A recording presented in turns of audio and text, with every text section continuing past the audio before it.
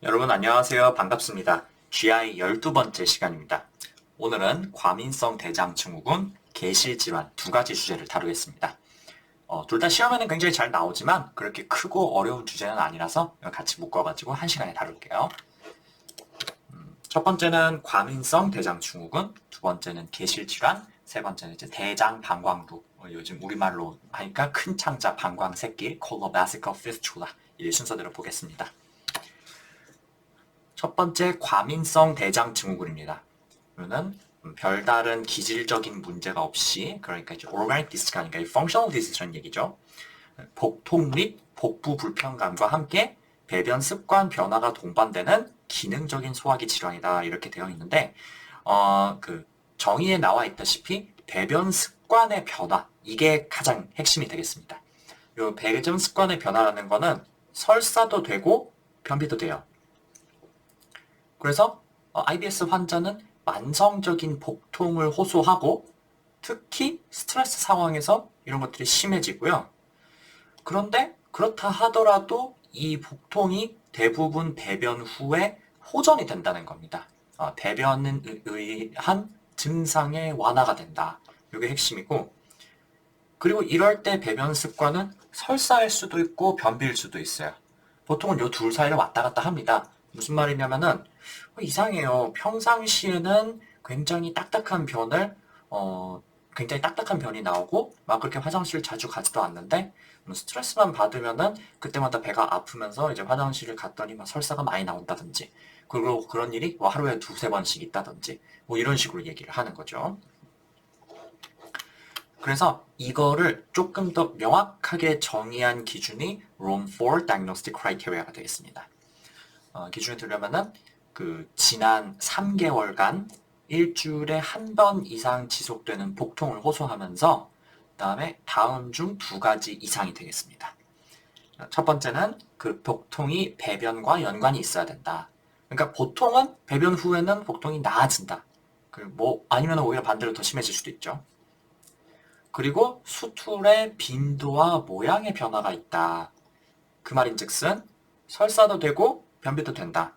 즉 딱딱해지면서 변을 적게 보는 쪽으로 가든지 아니면은 변이 묽어지면서 설사를 많이 보는 식으로 가든지 뭐 둘 다 괜찮다는 거죠. 그래서 변비가 있다가 설사가 있다가 보통은 왔다 갔다 한다는 겁니다. 그렇지만 혈변, 지방변, 고름은 있으면 안 되고 점액변은 가능해요. 점액처럼 이렇게 하얗게 끈적끈적한 게 이렇게 변으로 나오는 거죠. 그거는 IBS에서도 비교적 흔합니다. 뮤커스 스툴. 그래서 요거에 해당하면 IBS로 진단을 할 수가 있는데 이런 functional disorder들이 다 그렇지만 기질적 장애를 의심할 수 있는 임상상을 보인다. 즉 일종의 다른 질환, 좀 더 심각한 뭔가 질환일 가능성이 있는 red flag sign들을 보이는지를 반드시 확인하고 배제 진단을 하는 게 중요하겠죠. 그래서 이 밑에 있는 것들은 좀 어느 정도 알고 계셔야 되고요. 이런 게 있으면 추가적인 검사를 해야 되겠다. 대표적으로 내시경을 해보는 게 가장 좋겠죠. 우선 나이가 많은 사람이 처음으로 증상을 호소한다. 50세 이상이라면 어쨌든 콜로노스코피는 해봐야 되겠고요. 그리고 또 IBS는 보통 환경에 따라 가지고 증상이 점점 좀 나아지다가 괜찮아지다가 이걸 반복을 하거든요. 그게 아니라 근데 점점 심해지기만 한다면 역시 뭔가 기질적 장애를 의심할 수가 있겠죠. 또 중요한 게 밤에도 통증이 심하다. 그런 문제가 되겠죠. 그 밤이라고 하는 거는 이제 그 자고 있을 때를 특히 얘기를 하는 건데 이제 잘 때는 마음이 편하고 스트레스가 어느 정도 해결이 되고 그러면은 이제 복통이 좀 나아져야 되거든요. 근데 그렇지가 않고 배가 점점 아프다? 그럼 좀 문제가 있어요. 그리고 조금 전에 말씀드렸지만 발열, 체중 감소, 항문 출혈, 지방변, 뭐 대변에서 피고름이 발견되었다. 또는 뭐 CBS에서 ESR, CRP 같은 게 상승이 있다. 뭐 이런 것들이 있다면은 요거는 functional disease라고 보기에는 좀 어려운 소견들이죠. 그리고 뭐 IBD에 기왕력이 있다? 당연히 기질적인 장애를 의심해야겠고요. 좀 중요한 게 48시간 이상 굶어도 설사가 계속 지속된다. 그렇다면 요거는 분비성 설사를 의심해야 되기 때문에 역시 기질적인 질환을 의심할 수가 있겠습니다. 그리고 마지막으로 저번에 했던 그 fecal lactoferrin calprotectin 이런 거는 이제 뉴트로필에서 분비되는 그런 물질이라서 보통 IBD에서 발견되는 물질이죠. 그래서 역시 IBD를 의심해야 되는 그런 소견이 되겠습니다. 여러 가지로 굉장히 말씀을 드렸는데 되게 많아 보이지만 비슷한 것들이 많아요. 우선 나이가 많다, 점점 심해진다, 낮밤을 가리지 않는다. 딱 봐도 기능성이라고 보기엔 조금 어려워 보이죠. 그리고 염증성의 뭔가가 의심된다. 예를 들어서 열 나고 살 빠지고 ESR, CRP, WBC, 그다음에 락토페린, 칼프로텍틴 이런 게 뜬다? 염증성이라고 봐야 되는 거죠. 펑셔널이라고 보기는 좀 어렵고. 그래서 이런 것들을 이제 크게 분류를 해가지고 보시고 그 다음에 세세한 것들을 좀 보충해가는 식으로 외우시면은 어렵지 않게 외우실 수 있을 겁니다. 치료는 별로 어렵진 않아요.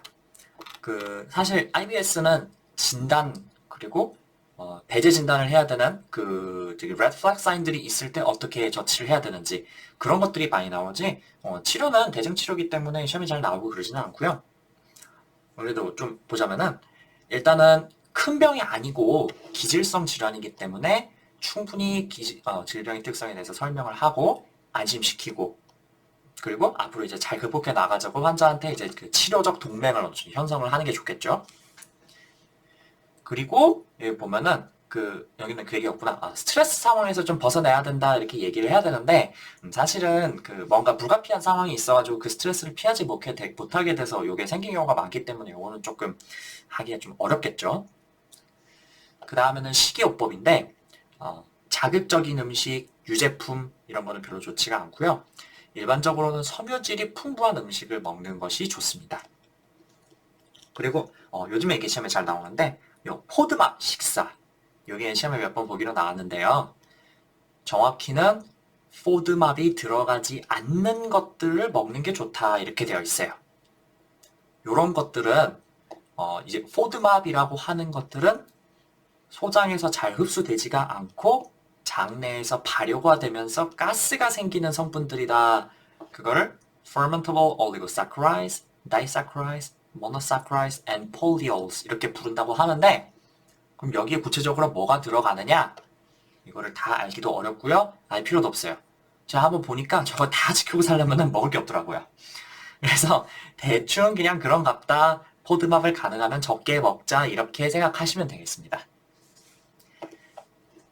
그래서 이 외의 대증치료 방법으로는 설사하면 설사약, 변비하면 변비약, 그다음에 통증이 심하면은 스무스 머슬 릴렉선트 계통에 포함되는 CCB나 TCA, SSRI 이런 것들을 쓰는 게 도움이 된다 이렇게 되어 있습니다. 그렇지만 설사 변비 요거 정도만 대증치료로 준다 아시면 되겠고 복통에 대해서는 문제가 나온 거는 한 번도 본 적은 없어요. 그래서 그냥 그런갑다 하시면 돼요. 어차피 복통은 사실 대변 보면 해결이 되니까. 요 식이요법 고치는 게 요게 조금 더 환자 교육에 중요하겠습니다. 자, 그럼 IBS 이 정도로 마치고요. 다음은 개실 질환으로 넘어갑시다. 개실 diverticulum이라고 하고 순 우리말로는 곁주머니라고 하죠.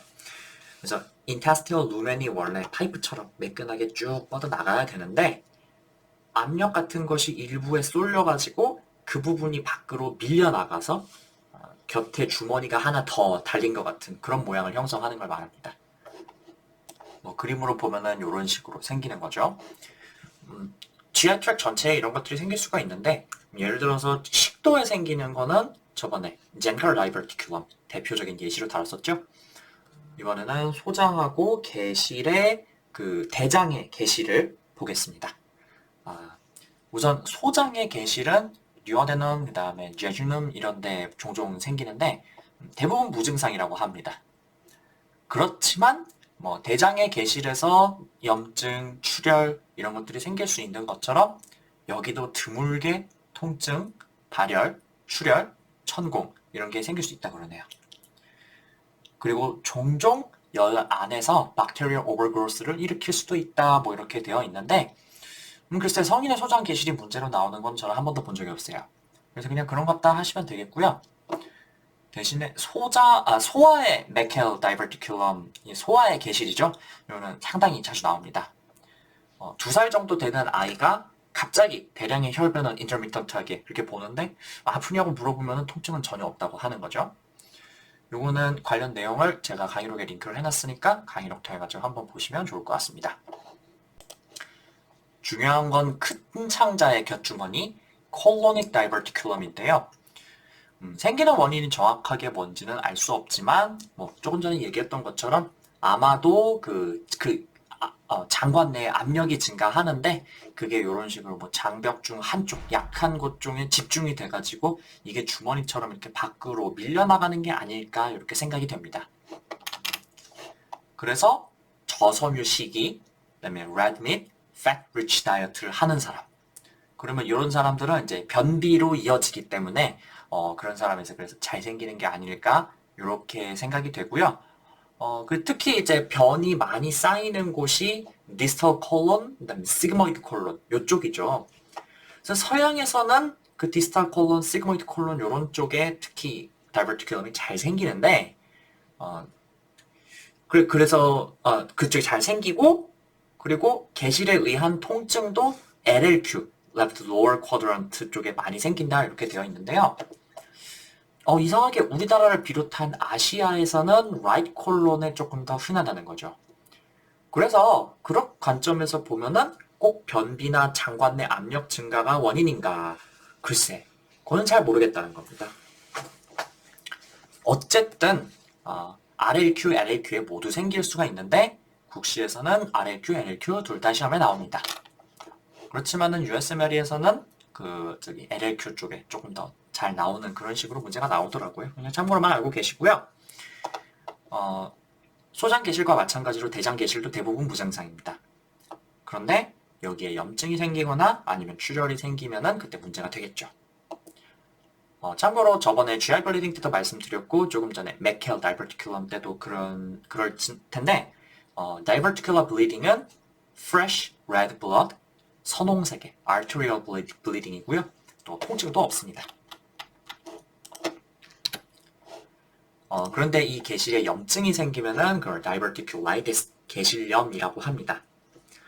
요 임상 증상은 요 위아래 거 둘 다 한번 보세요. 당연히 염증 때문에 통증이 있을 거고요. 미국에서는 LLQ, 우리나라에서는 주로 RLQ의 통증을 호소할 거고요. 그 다음에 열이 나면서 WBC도 상승, WBC 상승 어딨니? WBC 열 나면서 WBC 상승도 있을 겁니다. 그리고 블리딩이라든지 아니면은 bloody diarrhea 이런 것도 동반을 할 수가 있고요. 그리고 이제 여러분 이게 복통이 심하면은 당연히 너지아 보미팅 하면서 할 수가 있겠고요. 그리고 한 가지만 더 말씀드리자면은 이게 희한하게도 복통 그런 소화기 증상보다도 bladder symptoms, 갑자기 소변이 되게 마렵고 소변을 화장실을 자주 가고 싶고 그리고 소변 볼 때 아프고 불편하고 이런 증상으로 나타날 수가 있어요. 근데 이런 증상 보이면 사실 어때요? acute cystitis, 방광염이 제일 먼저 생각나겠죠. 근데 희한하게 유리날리시스에서는 leukocyte esterase, WBC는 뜨는데 나이트라이트나 박테리아는 전혀 나오지 않는 이런 거를 뭐라 그러냐? 균이 없는 농료, sterile 파이유리아가 나온다. 이게 되는 겁니다. 그러면서 여전히 아랫복부의 tenderness, 특히 이제 방광이 있는 부분을 눌러봐도 약간 irritation 같은 게 느껴지고요. 근데 도대체 이런 게 왜 생기느냐? 왜냐면은 시그모이드 콜론과 블래더가 다 있는데 그럼 시그모이드 콜론의 인플라메이션이 블래더 이리테이션을 유발하면서 그것 때문에 염증으로 마치 UTI 같은 그런 증상이나 랩의 소견을 보일 수 있다는 겁니다. 아주 심한 다이버티큘라이티스가 생기면은 퍼포레이션이 되면서 페리토나이티스로 이어지든지 할 수가 있고요. 아니면 앱세스나 피스툴라, 특히 이제 이 피스툴라는 블레더랑 또 이어지는 식으로 그렇게 될 수가 있겠습니다. 그래서 이런 게 의심되는 사람은 뭐 사실 RLQ에 생기면은 뭐 앞배랑도 감별이 좀 잘 안 되고 그럴 수가 있기 때문에 CT를 찍어가지고 검사하는 게 가장 좋겠습니다. 콜론 주변에 농 같은 게 쌓이면서 대장벽이 두꺼워진 거를 확인할 수가 있겠습니다. 바륨 NMR라든지 콜로노스코피 이런 거는 천공 가능성이 있기 때문에 하면 안 된다 이렇게 되어 있어요. 그래서 이 사진 보면은 여기 쪽에 콜론 벽이 두꺼워져 있고 그 다음에 주변 부분에 그 페리콜릭 팻들의 어느 정도 염증이 침범한 걸 확인을 할 수가 있는 소견이고요.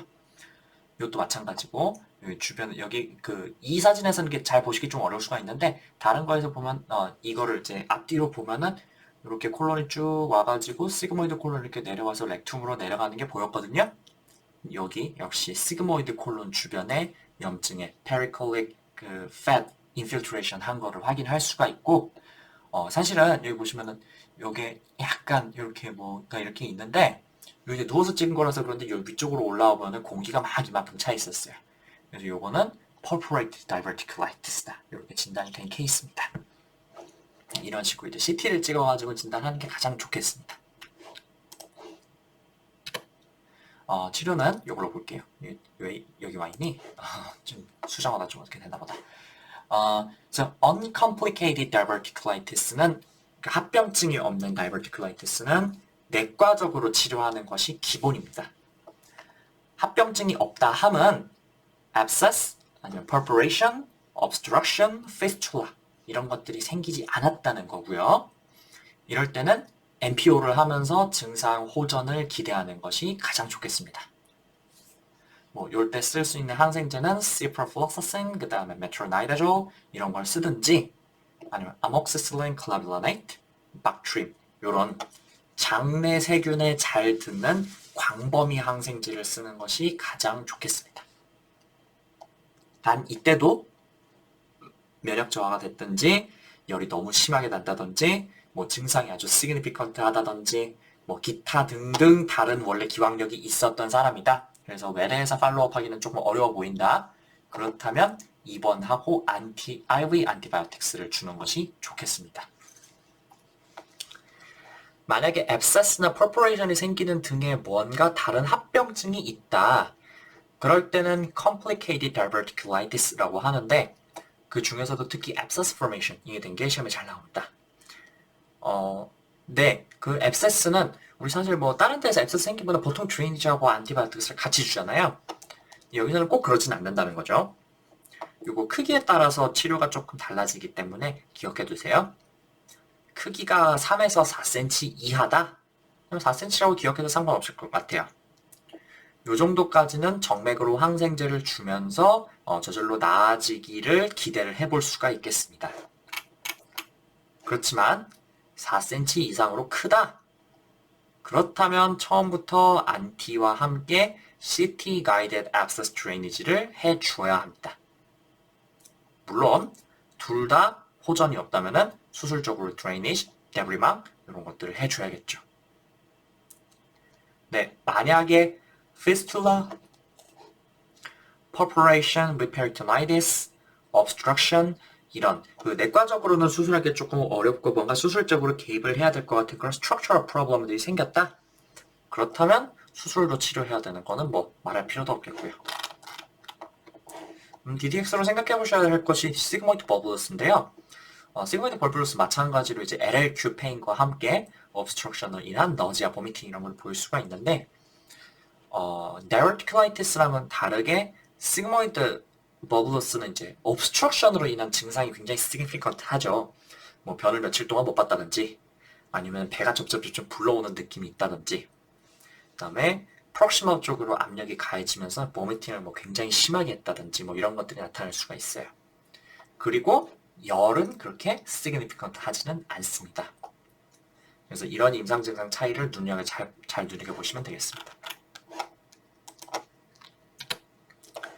다음으로는 개실출혈, diverticular bleeding인데요. 로어 GI 블리딩인데 별다른 통증이 없다. 그렇다면은 이제 고령층에서는 꼭 diverticular bleeding을 이제 생각해야 된다는 거 기억하시고요. 이게 무증상으로 만성적인 블리딩을 일으킬 수가 있기 때문에 헤마토키지아 당연히 가능하고요. 헤마토키지아가 눈에 띄지 않더라도 IDA로 이런 걸로 처음 나타날 수가 있겠습니다. 그래서 이런 식으로 그 노년층에 별다른 이유 없이 IDA가 있으면은 반드시 컬러노스코피 해가지고 말그넌시도 룰아웃하고 원인을 찾으면서 이제 가능하다면은 원인을 좀 해결을 해줘야 되겠죠. 근데 노년층에서 갑자기 혈변을 보는 질환으로 또 유명한 게 이스케믹 콜라이티스 있는데 이건 어때요? 반대로 통증이 굉장히 심하죠. 굉장히 심한 복통을 호소하다가 그 다음 갑작스레 다량의 혈액이 섞인 혈변을 쭉 본다. 이게 그 차이점이 되겠습니다. 그 보통은 요게 블리딩이 자연적으로 멎기 때문에 보존적인 치료로 충분하지만 만약에 출혈이 잘 멎지 않는다. 그러면서 블리딩 포커스가 명확하다. 그렇다면 내시경적 치료를 해볼 수도 있겠고요. 만약에 대량으로 출혈을 하고 있다. 그렇다면 그때는 안지오그래피를 시행해서 인터벤션으로 치료를 할 수도 있겠습니다. 이렇게 추출을 이 정도로만 앉아주시면 충분하고요. 자, 그 다음은 오늘 마지막 순서 Colovesical Fistula입니다. 제가 조금 전에 그 시그모이드 콜론의 다이버티큘라이티스가 bladder disease 심텀으로 처음 나타날 수도 있다 이렇게 말씀드렸었죠. 그래서 둘이 처음 서로 가까이 있다 보니까 그 염증이 bladder irritation을 일으켜가지고 마치 acute cystitis 같은 증상을 보이는 건데요. 이게 치료되지 않은 상태로 오래되다 보면은 그 염증 때문에 피스툴라가 생길 수도 있어요. 비슷한 원리로 크론 아니면은 대장암이 있을 때도 이런 식으로 콜론과 블라더 사이 피스툴라가 생길 수가 있겠습니다. 그래서 당연히 대변이랑 소변이 섞일 테니까 어떻게 했어요? 그 대변에서 생기는 가스 같은 것들이 소변에 섞여가지고 소변 보는데 마치 고기방울이 섞여 나오는 것 같은 그런 느낌이 들겠죠? 근데 뭐 솔직히 그런 느낌이 뭔지는 잘 모르겠지만요. 그리고 그 대변의 색깔과 냄새 이런 것들이 소변에 같이 날 겁니다. 색깔도 약간 갈색이고 냄새도 소변 냄새가 아니라 마치 대변 냄새 같은 그런 냄새가 들 거고요. 더 중요한 거는 대변에 포함된 균들이 블래더로 이동을 하기 때문에 자주 UTI가 생긴다는 겁니다. 근데 좀 특이할 것은 대변에는 굉장히 여러 가지 균들이 있잖아요. 그래서 컬처를 했더니만은 소변에서 균이 뭐 3개, 4개 이렇게 나온다는 거죠. 장에 있는 여러 가지 균들이 동시에 동정이 되는 겁니다. 그 외에 우리 전에 호흡기 할 때도 뉴모니아에서 균이 여러 개가 나온다면은 아스피레이션 뉴모니아를 강력하게 의심해야 된다 이런 얘기를 했었잖아요. 마찬가지로 생각하시면 돼요. 일반적으로 감염 질환에서 균이 막 여러 개 동시에 나오지는 않아요. 그렇지만 소화기에서는 균들이 막 득식을 하니까 여러 개가 동시에 나올 수가 있겠죠. 같은 맥락으로 생각하시면 되겠습니다. 그럼 진단은 둘이 연결되어 있는 거를 증명을 하면 되겠는데요. 역시 그 장에다 조영제를 직접 쏴주면서 이제 검사를 하는 방법이 제일 좋겠죠. CT를 찍어가지고 확인을 할 수도 있겠고요. 아니면은 바름 NMR을 찍던지. 여긴 바름 NMR을 안 써봤지만은 뭐 안 될 건 없어요. 근데 이제 이거를 좀 기억하세요. 컨트라스트는 장으로 직접 쏴주든지 아니면 입으로 먹든지 하면 되는 거고요. 근데 먹는 거는 근데 그 대장까지 내려가는 데는 조금 오래 걸리니까 가능하면은 그냥 대장에 쏘는 게 제일 낫겠죠. 그렇지만 IV 컨트라스트는 별로 효과가 없다. 물론 많은 컨트라스트는 결국 소변으로 배출되니까 이제 소변에 쌓일 거고 그 다음에 그게 이제 대장으로 역류하는 것 같은 그런 모양을 확인할 수도 있겠지만 너무 오래 걸리겠죠? 그래서 IV 컨트라스트는 주지 않고 대장으로 준다. 그냥 그렇게만 생각하시면 되겠습니다. 그렇게 하면은 콜론과 블래더 월이 염증으로 두꺼워져 있는 것, 그 다음에 컨트라스트가 서로 왔다 갔다 하는 거를 둘 다 확인할 수가 있겠네요. 사진으로 보면은 이런 식으로 나올 겁니다. 라지 바울에 이런 식으로 컨트라스트를 쐈는데, 그러니까 대장만 보이는 게 아니라 그게 블래더가 있어야 하는 곳에 이렇게 모여 있는다는 거죠. 이런 식으로 시그모이드 콜론이 그 블래더 위에 위치해 있기 때문에 이런 식으로 피스툴라가 연결이 될 수가 있는 거고요. 그래서 만약에 콜로베스컬 피스툴라가 발견이 된다면 원인을 감별하기 위한 검사로 콜로노스코피를 꼭 해야 되겠습니다. 이유는 말그너시를 감별하기 위해서예요. 원인이 다이버티클라이티스뿐만 아니라 크론이나 아니면 말그너시도 있기 때문에 특히 나이가 많은 사람일수록 콜로노스코피 해가지고 말그너시를 꼭 감별을 해줘야 되겠습니다. 이렇게 확진을 하고 원인을 알아낸다면 그 다음은 인펙션 매니지먼트를 하면서 수술적으로 교정을 해주면 되겠습니다. 자, 그럼 오늘은 IBS, 개실질환 두 가지 주제를 다뤘는데요. 뭐 둘 다 별로 어렵진 않으셨죠? GI가 거의 절반도 훨씬 넘어가가지고 거의 다 끝난 것 같아요. 가능하면 좀 빨리 끝내볼게요. 네, 그러면 오늘 강의는 이 정도로 마치고요. 다음 시간은 시험에 참 잘 나오고 헷갈리는 주제인 혈관 질환 다루도록 하겠습니다. 오늘도 공부하느라 고생 많으셨고요. 복습 열심히 하시고 문제 꼭 풀어주세요. 들어주셔서 감사합니다.